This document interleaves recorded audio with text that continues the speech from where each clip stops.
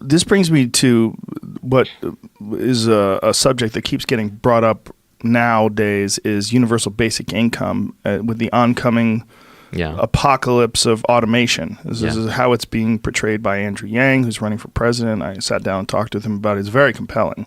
And he's a very smart guy, and he's an entrepreneur himself. And when he starts talking about automation and how it's going to just eliminate massive amounts of jobs and leave people stranded, what do you? When I know you're a guy who thinks about the future, and I'm going to take the unpopular point of view on this. I think it's a non-solution to a non-problem. And I mean that in the sense that automation has been happening since the dawn of time. Man, when electricity came along, that put a lot of people out of work. Did it? Right? A lot of people carrying buckets of water and lighting lamps and all those kinds of things. And this was the concern with factories as well. Yeah, right? Everything. Literally every single thing that comes Even along. the printing press. Absolutely. Right? Sure. And what it does is it frees people up for new creative work. So the question is not, is automation going to eliminate jobs?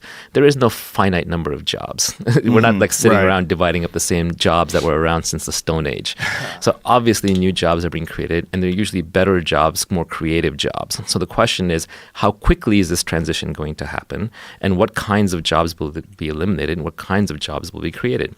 It's impossible looking forward to predict what kinds of jobs will be created. If I told you 10 years ago that podcaster was going to be a job, or that playing video games is going to be a job, or commentating on video games is going to be a job, you would have laughed me out of the room. Those are nonsense jobs, but yet here we are.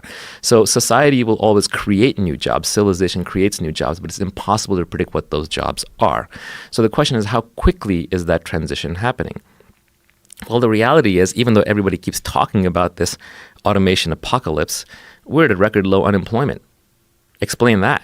Where's the transition? Donald Trump. That's how it All I'm saying is it's I don't see it in the numbers. I don't see it actually happening. So the question is, how quickly can you retrain people? So it's an education problem. The problem with UBI, there's a couple of problems with UBI. One is you're creating a slippery slide transfer straight into socialism, right? The moment people can start voting themselves money combined with a democracy, then it's just a matter of time before the bottom 51 votes themselves everything in the top 49. Yes. And and by the way, slippery slope fallacy is not a fallacy. I know people like saying that, but they haven't thought it through.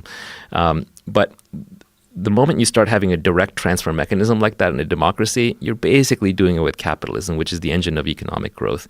You're also forcing the entrepreneurs out or telling them not to come here. The estimate I saw for $15K a year basic income for everybody would be 3/4 of current GDP. And of course, GDP would shrink in response as all the entrepreneurs fled. So you would essentially bankrupt the country. Another issue with UBI is that people who are down in their luck, they're not looking for handouts. It's not just about money. It's also about status. It's about meaning. And the moment I start giving money to you and put you on the dole, I've lowered your status. I've made you a second-class citizen. So I have to give you meaning. And meaning comes through education and capability. You have to teach a man to fish, not to basically throw your rotting leftover carcasses at him and say, here, eat the scraps. So it doesn't solve the meaning problem. And lastly, it's nonsense to hand $15K out to everybody. You want to means test people. There's no reason to give it to you and me. So you end up back towards the welfare system where you do have to figure out who needs it and who doesn't.